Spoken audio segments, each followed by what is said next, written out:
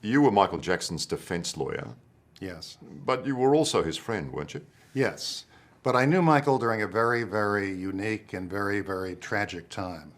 I was his lead criminal defense counsel in his criminal case. And Michael took it very hard to be charged with something that horrific. And to have to go through that kind of a process was very, very difficult for him. So I knew Michael during the worst chapter in his life. What did you think of him as a person? He was one of the nicest people I've ever met. Kind, gentle, supportive, very, very sensitive to the needs of others, very interested in healing the world, very interested in helping disadvantaged people. He truly was one of the nicest human beings I've ever met. It sounds very cliched. Well, it's very true. Michael had a desire to heal the world. He knew he had unique opportunities financially, reputationally, creatively, and he told me that he wanted to make a difference on the planet. He wanted to make it a better place. It sounded naive and ideal a little bit, but that was Michael. He always was trying to help somebody. But you've been on the receiving end of a lot of fibs from a lot of people. You really think he was genuine? I do think he was genuine. I think he was a very kind person. I think he had a troubled early life. I think he was denied a childhood. I think his family realized what a genius he was at a young age, and his father made him work very hard to perfect his talents. And in the process, I think he felt he was denied a true spontaneous childhood and wished he had had one. Do you think he's remotely or could have been remotely capable of doing any of those things? The things he's been accused of doing? Absolutely not. I am 100% convinced Michael never abused a child, never harmed a child, certainly never molested a child. I think this is hogwash. Are you on any sort of retainer at all from the Jackson estate? No, I'm not on any retainer at all. So no one's paying you any money to say nice things about Michael Jackson? No. I will always say he was a nice person. He was. He was one of the nicest people I ever met. But you, of all people, know the smoke and fire argument. Is there any fire? There's no fire here whatsoever. Sometimes, as you know, lawyers have to ignore the obvious in order to mount a defense. Would you have represented him if you thought he was a child abuser? Well, I have represented people in my lifetime that had strong evidence against them. And people always say to me, will you defend someone you think is guilty? And the answer is yes, because we criminal defense lawyers fulfill two functions. Number one, we make sure that innocent people get their justice, that they're exonerated. We also make the system work. I think we have the best justice system in the world. It's far from perfect. It convicts innocent people all the time. All you have to do is look at what DNA has done. All the innocent people that have been released from prison, people serving life sentences, people facing the death penalty, people whose families were devastated by their convictions, to know that this system is not perfect. And to make this system work the best, everybody has to fight for justice. Prosecutors have to do their job, judges have to do their job, defense attorneys have to do their job. I believe in making the system work. And I believe that prosecutors, police, governmental agents will be tempted to abuse their power unless they know good defense lawyers are going to expose them and fight back. So I believe in making the system work. I don't just hand-pick cases because someone looks innocent, although I've had a lot of people that certainly did look innocent for sure. But would you have represented him if you thought he was guilty? I would have to talk to him. I would have to find out more about the case.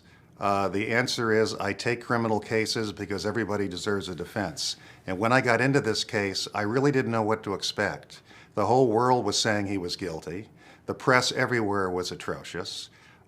Friends told me not to take the case. They said you can't win it, and the rest of your life and career will be defined by this case. Everywhere you go in the world, people will say, you sent him to prison. I was warned repeatedly, don't take it. And I took the case because I believe in what I do. I believe in the criminal defense profession. I think we had to do a lot more to create freedom and liberty and make the system work than people realize. So when I got into the case, I really didn't know the evidence.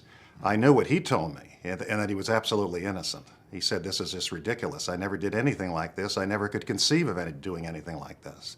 And I found him very, very credible, But I reserved my opinion until I dug into the evidence. And the more I looked at the evidence, the more it seemed to me this man was completely innocent.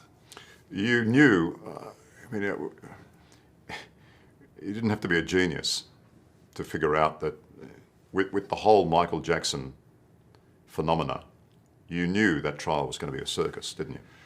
It certainly looked that way. I had watched a little bit of it on television, the case that is, before I got in. And I got a pretty good feeling that this was going to be an unusual event. I wasn't quite sure how the judge was going to handle it.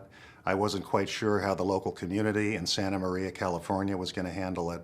But I had a good idea this was going to be a wild scene. Tom, after all that time, after all those months of deliberations and witnesses and cross-examinations and all the, obviously, the preliminary work that you put in, that moment in the courtroom when they said not guilty, how many times? 14. 14 times. What was that like? That was one of the most unique, powerful, unusual experiences of my lifetime. I had lived in Santa Maria, California, which is northern Santa Barbara County, which is north of Los Angeles where I live in California. And I'd lived up there for 6 months. And I'd lived like a hermit for 6 months. I was well aware that the media was following me, that they were trying to film me, and that they would like to see me in a compromising position because the media was against Michael Jackson. And I was in bed in my condominium at 7:30 every night. I was up at 3 o'clock every day. You didn't find me in a bar, a restaurant, a club, anywhere where you could make me look bad. And once the media realized that my lights were out at 7:30, they stopped following me. But I lived like a hermit. The conditions were very stressful. The family was watching the reporting, and the reporting was very biased. And they were very concerned that maybe things weren't going well in the courtroom because of what they saw on television. And I told them, I think things are going quite well. I can't guarantee a result, but I think they're going quite well. And when they went very well? They went extremely well. I was very relieved. That day, the 14th not guilty came down. He was acquitted completely. I hugged him. I looked in the courtroom, and I saw all these disappointed media faces, people who wanted the drama and the story to continue, and it was over. What did Michael Jackson say to you? He said, "Thank you, thank you, thank you." Never forget it. And that was it? Well, that was it. Well, then I saw him at Neverland later that day. In fact, there was a press conference with the worldwide media that I skipped because I wanted to be with him and his family at Neverland. And he was very, very appreciative. He wanted to hug my staff and thank them for what they'd done for he and his family. Very powerful time. Did he make any comment to you about the tribulation, about the pressure that he'd been under, or how he viewed that? You know, he didn't have to. I watched him deteriorate physically and emotionally during the trial. He lost weight, his cheeks became more sunken in, he had a pale color to him. He was very, very sensitive to these kinds of attacks. And you have to remember what he was charged with. He was charged with masterminding a conspiracy to abduct children, to falsely imprison a family, and to commit extortion, which he would never in a million years even dream of doing. He was charged with taking a cancer-stricken child and giving that child alcohol to prepare the child to be molested. These are horrific charges. These are ugly, nasty charges. I think it's worse to be charged with something like this than homicide. I really do. So he took these charges very, very, he was so devastated by people trying to say he was doing this. And he was so devastated by the prosecution trying to make him look like a criminal mastermind, which was so absurd. He deteriorated throughout the trial, he did. By verdict day, he just looked like a shell of his old self to me. Tom, when you talk about the media being disappointed, and I get where you're coming from, but it's the whole, it sort of goes hand in hand with the whole Michael Jackson image, doesn't it? The whole persona that's built up around him, and I wanted to get some insight from you into that. When I returned to Los Angeles after the victory, Berry Gordy, the founder of Motown Records, who Michael and his family worked with very early in their careers, one of the most successful music producers in history, invited me to a private lunch with he and his children at the Peninsula Hotel in Beverly Hills. And he said to me at that lunch, "Do you know that you cost the worldwide media billions of dollars when you acquitted him?" And that just sums it up. People wanted to make so much money on watching the great Michael Jackson rise high and then splatter. They wanted the story to have a miserable ending for him. They hoped they would see him in the courtroom in chains and jail clothes, without makeup, without his hair fixed up, without the clothing he liked to wear. They were looking forward to seeing the final chapter where Michael Jackson gets destroyed. And it was very disheartening to observe. So you think it's all tied into money? Yes, money and fame and publicity. Money, revenue, ratings, that kind of thing. The 8 days when the jury deliberated, at the end of the trial, I would turn on the TV and major networks in America were showing the jail cell they expected him to go to. They were talking about the schedule he would be on, when he would wake up, what kind of food he would eat, what kind of books he'd be allowed to have in the prison, who could visit him, how do they stop him from committing suicide. This kind of stuff was going on every day while the jury was deliberating, and I have to believe it was designed to influence the jury. Does money also explain the multiple accusations over the years of him abusing children? There's no doubt in my mind that it makes for a salacious story. It makes for a lot of curious viewers, a lot of curious readers, and people are very intrigued with garbage and violence and abusive reporting. Michael was a very, very creative spirit, a very vulnerable person. He was kind to people throughout his lifetime, and because of his wealth and his fame, he was a good target. And there was always a perception that he was very vulnerable, that people could exploit him. But how many boys, how many families has he or the Jackson estate paid off over the years? I'm not aware of their paying anybody off other than a couple of settlements where he was advised by lawyers and business associates to pay money to end the story. And he regretted doing it. He told me many times I should never have settled with a couple of people I settled with, because all it did was open up Pandora's box and create all sorts of problems for him. And he really regretted paying a dime to anybody. He says, I should have taken them all to trial. I should have been there to testify. But everyone around me who wasn't writing the check told me to pay money and get rid of it because I had so many bigger things to do with my career and so much more money to make, and unfortunately he listened to them. He paid Jordan Chandler, the Chandler family, $20 million Well, to make it go away. Again, according to Michael, he had lawyers and business advisors who were telling him, pay the money, it's a drop in the bucket with what you can make around the world. You have an incredible career. There's a lot more time to produce beautiful music and make a lot of money. This is nothing. Get rid of it. Stop the publicity. Do it now. And he followed their advice. But do you pay someone $20 million if you think you're entirely innocent? If $20 million is a drop in the bucket and you're going to make billions instead, maybe you'd consider it. Were you involved in any sort of out-of-court settlements? No, I was not. With anyone in Michael No, Jackson? no, I was his criminal defense attorney only. I didn't handle civil litigation for him. Do you know of any other off-the-record payments that he's made? It came out in the trial that there was one other settlement that was done confidentially, and the person who received the money in that settlement, as well as his mother, were witnesses for the prosecution. So, again, to keep them quiet. 2 settlements to keep people quiet and to let his business career and musical career go forward.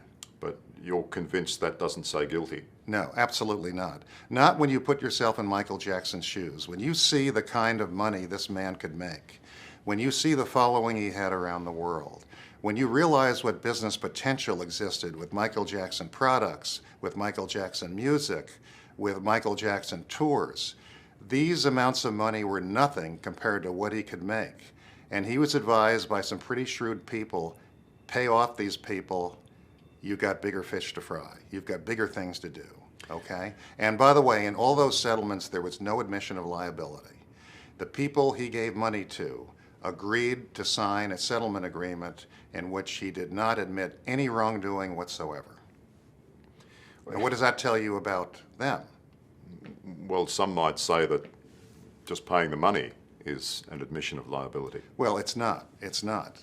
When you pay money to settle a case and you insist in a settlement agreement that there be a provision which says, I'm not admitting to any wrongdoing, when the other side agrees to that, you can look at them and try and question what their motives might be. Certainly, it seems like nobody was doing it based on principle, because if you're admitting that someone, essentially, I see that provision as an admission that nobody did anything wrong. That's how I interpret it. If you're taking money after suing someone claiming you were molested, and you agree to a provision where they do not admit any wrongdoing whatsoever, that suggests that you may have ulterior motives, which might be more financially oriented than anything else. To me, that's how I would see it. What about the former house staff at Neverland? Are they making up what they saw? I cross-examined a number of these witnesses at trial, and in my opinion, they were among the worst witnesses I've ever seen in a courtroom. You need to look at their testimony, and particularly the cross-examination, which they all looked terrible in. I mean, so many witnesses by the prosecution in that trial just got destroyed on cross-examination, which the media never reported. Most of these staff that testified in the trial had sued Michael Jackson also. They went to trial and lost as well. A number of them had made contrary statements and contradictory statements before the criminal trial. One time saying he never did anything wrong, other time saying he did. But many staffers sued him and lost. And because Michael Jackson prevailed in this particular lawsuit, in fact, he won a cross-complaint for costs against many of these people. That was another reason why he told me he wished he had fought all of these cases to verdict. He said, look, I tried to listen to my business advisors, my lawyers. They said, end the publicity. It's going to cost you much more than what you're going to pay to settle and resolve these cases. And he said, I listened to them and I shouldn't have. Tom, let's just stay with these accusers for a moment, because I'm fascinated by this. Some of these accusers have not just changed their story slightly, they've done a 180. I mean, Wade Robson, he was your star witness in the trial that you defended Michael Jackson successfully in. Now he says he molested him. Is there a possible explanation in the Me Too movement where people now feel more comfortable saying publicly, look, I was abused. Can we now please do something about it? Right now, if you are accused of this type of thing, you are almost judged guilty before you can defend yourself. I think right now we're going a little too far, and a lot of people who are not honest, who are trying to capitalize on this particular movement, are raising accusations that need to be challenged.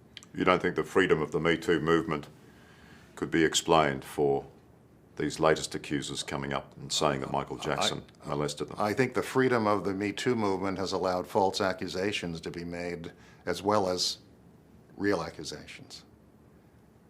And we've got to be very careful to make sure we sift out what's real and what's false.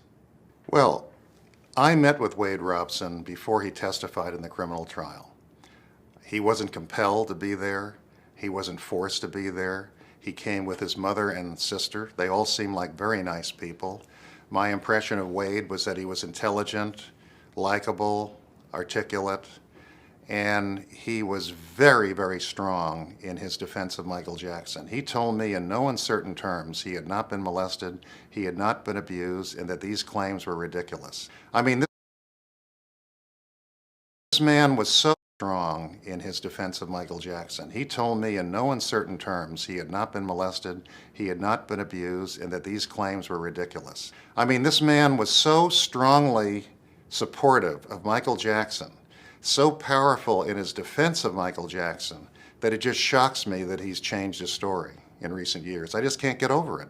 Because understand this, in a criminal trial, if you call defense witnesses, you, the defense attorney, decide to put on your case, you are taking risks. You are subjecting defense witnesses to cross-examination as well. And in this particular case, I thought we had done so well in cross-examining the prosecution's witnesses that I had to think long and hard before I put on a defense case. And I concluded that even though probably 99% of lawyers in my position would probably rest and not put on a defense case, I didn't want the jury to hang and Michael Jackson to go through another trial. I didn't think he could stand it physically and emotionally. I just didn't want that to happen. So I took a risk and put on an extensive defense case. And if you're going to put on a defense case, you want to start strong and you want to end strong. I started strong with Wade Robson as my first witness. I ended strong with Chris Tucker, the famous comedian, as my last witness. And Wade was so powerfully supportive of Michael Jackson that I wanted to start with him. Macaulay Culkin was my second witness, who also was extremely supportive of Michael Jackson, claiming he never was improperly touched. Brett Barnes was my third witness from Australia, who said that he was never improperly touched, and he was angry that anyone suggested he was. He said words to the effect, "You think I would come here on my own and testify like this if I had been molested?" Jimmy Safechuck I never met, but I knew he signed a sworn declaration under penalty of perjury saying he was not touched. The prosecution wanted to bring in evidence that he was improperly touched, and the judge would not allow that. So I never really met Mr. Safechuck.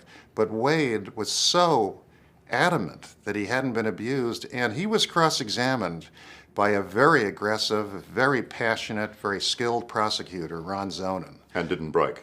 Didn't break at all. He was adamant that he hadn't been improperly touched by Michael at any time. So how do you previously praise Michael Jackson and now you say 14 years later, he did unspeakable things to me? Well, also remember that he wanted to be, apparently, he wanted to be the choreographer for the Michael Jackson estate when they were preparing to put on the Michael Jackson musical play in Las Vegas. But he asked for a job. That's my understanding.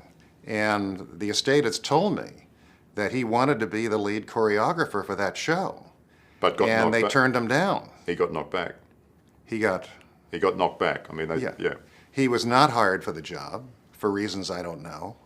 And my understanding is it was not long after he was denied that position that he changed his testimony, changed his story, and said that he was terribly abused. Now, if you were horribly abused by Michael Jackson in the way he describes, which is horrendous, why would you want to be the choreographer for the Michael Jackson show? So in terms of the complete reversal of these stories, it's not just a slight change, is it? No, You're not just slightly changing your story. No, my understanding is Mr. Robson is claiming that he was violently abused, that there was forced anal intercourse, that he was bleeding, things like that. If he's making those allegations, how could he not have remembered them when he spoke to me? How could he not have remembered them when he testified under oath in the trial that he was never molested or abused by Michael Jackson at any time? I can't get over this. And Jimmy Safechuck, similarly. Why would you now change your story completely? Again, look, if you take allegations that have been made against Michael Jackson through the years and put them under a microscope, nothing holds up. If you look at that $20 million settlement in the early 90s, I have to tell you, the alleged victim in the case refused to testify for the prosecution in our criminal trial. They put a lot of pressure on him to testify. Jordan Chandler. Jordan Chandler. We had some witnesses who claim he told them he never was molested. And they claimed he said he was upset with his parents for having him make those statements. I don't know if that's true or not. This is what these people said. I know that Mr. Chandler sought legal emancipation from his parents. And I believe his mother testified in the trial that she hadn't seen him for many years. She testified for the prosecution. She thought he had been molested at that point. You look at all of these accusers under a microscope, and you see financial gain as a primary motive, in my opinion, because if your child is molested the way these people have accused Michael Jackson of doing it, you don't just take a check and then sign a settlement agreement where Michael Jackson denies any liability at all. Okay, you don't do that. You operate on principle. You don't let Michael Jackson sign a document which absolves him of liability or responsibility. Having said that, it's fairly difficult, isn't it, to come out as an adult publicly and admit that you've been molested? Is there any discount that you're giving them for that? Why would you do that? If only for money? Well, again, if you believe you have been molested as a child, and that's a horrible allegation, that's a serious criminal offense that can put you away in prison for life. If you believe someone did that to you, do you let them sign a settlement agreement denying any liability whatsoever in return for a check? Is it all about money? Apparently, it's not about principle, because if you were doing it on principle, you wouldn't let a settlement agreement like that be executed. So you've got to look very carefully at people's motives, and you've got to look very carefully at the facts. You've got the most famous person in the world, one of the wealthiest people in the world, perceived as very vulnerable, okay? And people constantly tried to exploit him throughout his lifetime. And he was getting subjected to frivolous lawsuits throughout his career by people who wanted to cash in. You have to look carefully at what the allegations are and what the result is. And I maintain that if you claim you were molested by Michael Jackson repeatedly and violently, and you take a check and sign an agreement with him where he denies any liability at all, that raises a red flag to me with respect to motives. Why doesn't this sort of thing happen to a lot of other pop stars? I mean, why particularly Michael Jackson? Well, I think a lot of pop stars are sued frivolously. But I don't have a lot of information to give you today. Not all for child abuse. I mean, it just keeps coming back to... Well, you say it keeps coming back, but I mean, look at the specifics of each allegation, and they all collapse. Every one of these instances collapses when you look carefully at it. And you have to accept the fact that Michael Jackson was an unusually desirable target for everybody. He was subjected to so many lawsuits throughout his life, it was almost scandalous. But it wasn't just about his bank balance, was it? It was also about partly his behavior, which allowed those things to happen. Well, Michael Jackson is accused of eccentric, unusual behavior. That's not a crime, okay? Michael Jackson was the world's greatest entertainer in his lifetime, okay? To entertain, he was eccentric, he was different, he was creative. He made music that was beyond belief. He never took a dance lesson in his life. Some people thought he was the greatest dancer ever. He was an immense target. And he builds a ranch for kids. Yeah, he built a ranch with an amusement park, with a zoo, and he busloads of underprivileged kids from the inner city would come to Neverland. We had one of those visits while I was representing him, where a lot of kids from Compton in Los Angeles, who were in a low-income neighborhood, were bussed up there to have fun. I mean, to Michael Jackson, this was all public. None of it was hidden. And in his mind, this is as innocent as anything can be. He never dreamed somebody was going to turn this against him the way it was. The stories of him sharing his bed with children, do you think that's right? Well, first of all, his bed was about as big as this hotel we're in, okay? And mothers and fathers and sisters slept on the bed too. So Michael Jackson repeatedly told me, I've never improperly touched anyone. I've never molested anyone. And the parents would sleep on my bed. And the sisters would sleep on my bed. But don't you think that's a little bit strange? I mean, it was unusual, but it wasn't criminal. No, but isn't he opening himself up? That was a terrible mistake, because he was such a public figure, so vulnerable to false allegations, so vulnerable to lawsuits, that it was a mistake to do that. And after the trial, he told me that's not happening again. Now, you look at many cultures around the world, and you'll see that parents and kids and cousins all sleep in the same bed. I mean, sleeping in the bed with children is not a criminal offense. You have to take it to the level of sexual behavior, and we proved that he didn't do that. Tom, I want to ask you specifically about one of the housemaids because she has now come back into public view with this, release of this documentary and comments around the world on various websites and that sort of thing. What do you make? What do you make of Adrienne McManus? Well, I haven't seen or spoken to her since I cross-examined her in the trial. And I thought she was perhaps one of the worst witnesses I've ever seen in a criminal courtroom, and I've been doing this for decades. She contradicted herself, I thought, very often, and it was one of the most effective cross-examinations I've ever conducted. I mean, as I recall, and I haven't looked at the testimony for many years, she had testified under oath before the trial that he had not abused anyone. And there were some other problems. Take a look at her cross-examination. I think you'll be shocked at what you see. What about her claims that she was threatened by Jackson's people? She was intimidated by the staff, in fear for her life, wanted to keep her job. That's why she didn't tell the truth initially. I don't believe it for a second. I just don't believe it. Don't buy it. I cross-examined her, I watched her, the jury watched her, and she was discredited, in my opinion, repeatedly. So when she says that she saw Michael Jackson do certain things, that she cleaned his bedroom for years, found certain things, you don't buy it. I don't believe it for a second. Look at the cross-examination of this witness, and then tell me what you think. Okay. You're certain about that then?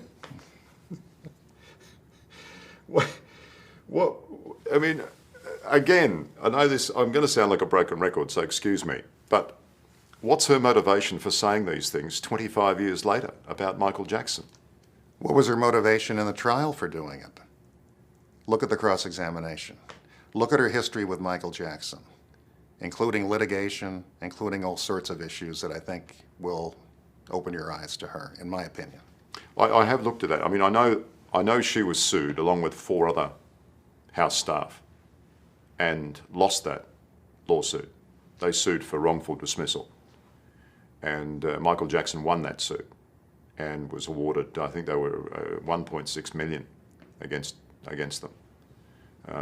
Against each of them or against the lot? I can't remember exactly. I can't recall off the top of my head.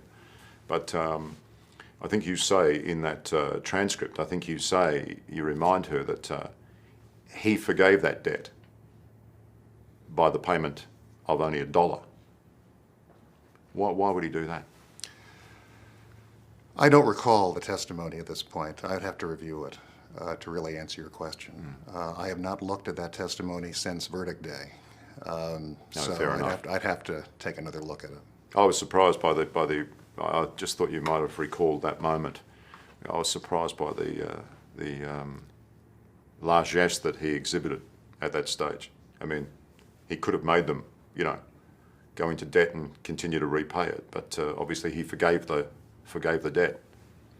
You can't recall that at all? No. I don't recall the specifics of that. I'd have to look at the cross-examination. I remember that a number of former employees had sued Michael Jackson. It was a long civil trial. Michael Jackson cross-complained against them, and Michael Jackson won. They lost, and there was a big money judgment against them, but I don't remember the details. Okay. After that trial, at the end of that trial, did you ever say to Michael Jackson, look, you have to be more careful? Michael Jackson understood after that trial that he had to be more careful, that he was a sitting duck for profiteers, for unscrupulous people, for people who wanted to just take advantage of the legal system and go after him. They did that throughout his lifetime. I mean, Michael Jackson was a very convenient target for frivolous lawsuits and frivolous accusations. And life is difficult, and people have financial requirements, and people want to get wealthy. And he was constantly subjected, in my opinion, to frivolous claims. The events that led to that trial, the whole Gavin Arvizo accusations, am I right in saying that that was spurred by the Martin Bashir documentary? Yes, I think the Martin Bashir documentary was a disaster for Michael Jackson. I think he never should have trusted Mr. Bashir to do an objective, professional documentary.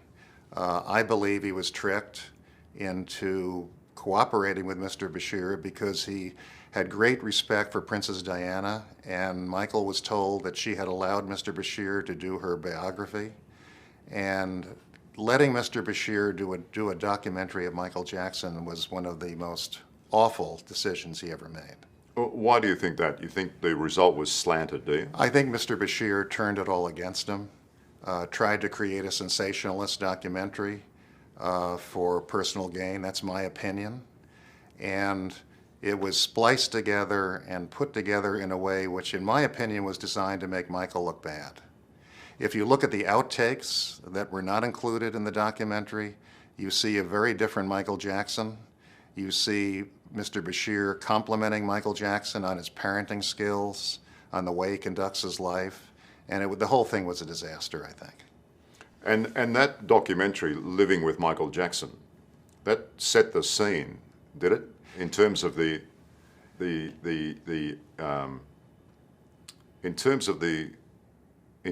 district attorney in charge of that case eventually, and the local district attorney, do you think that set the scene for lawmakers to think, well, hang on, there's something going on here? I think that documentary pushed things over the top. Remember, you had a very, very aggressive, overzealous district attorney who, starting in the early 90s, looked to get an indictment against Michael Jackson. In the early 90s, there was a grand jury investigation in Santa Barbara County, California. There was a grand jury investigation in Los Angeles County, California. Throughout the mid-90s, Mr. Sneddon traveled outside of America looking for witnesses against Michael Jackson. There was an incident, unfortunately, where Michael Jackson made fun of the district attorney in a music video, which I think was something he should not have been advised to do. But this Martin Bashir documentary, in my opinion, pushed things over the edge and made this very aggressive, overzealous district attorney think he now had a case against Michael Jackson. Did that lead to the police raid? I think it had a lot to do with the police raid. I think the documentary made Mr. Sneddon think, I now have a winnable case against him. In November of 2003, at Mr. Sneddon's request, 70 sheriffs from Santa Barbara County made a surprise raid on Neverland. 70? 70. Approximately 70 sheriffs raided Neverland, scoured every building, every room for computers, for documentary evidence, anything they could find. They were relentless in their efforts to find evidence to convict Michael Jackson with. And in a raid of that size, what did they find? Nothing, in my opinion. Michael Jackson was acquitted. The jury said not guilty 14 times, 10 felonies, 4 misdemeanors. It was a clean sweep. In my opinion, they found absolutely nothing. 70 sheriffs, and they couldn't find anything to pin on. 70 sheriffs. They tried to. They tried to look at his computers. They tried to look at what was in his closets, what was in his drawers. They made a mess out of his bedroom. They went into the animal quarters where his giraffes and elephants and all the animals were kept. They scoured the place looking for evidence, and in my opinion, they found nothing. I would have thought a raid of that size, you would have had reasonable evidence prior to it to obtain the warrants. Not in my opinion. I think this was a mission by a district attorney who, in my opinion, was overzealous, overaggressive, convinced himself that Michael Jackson was a criminal, and thought he would find a way to build a strong case against Michael Jackson. And I think he thought he had one going into the trial. I think he deluded himself. I don't think he realized how vulnerable a lot of his witnesses were to cross-examination. And I've never been in a trial where so many witnesses collapsed on cross-examination as this one. It just was remarkable that he would throw all these witnesses on the stand, under oath, and then they would just collapse on cross-examination. I've never seen anything quite like it in my whole career.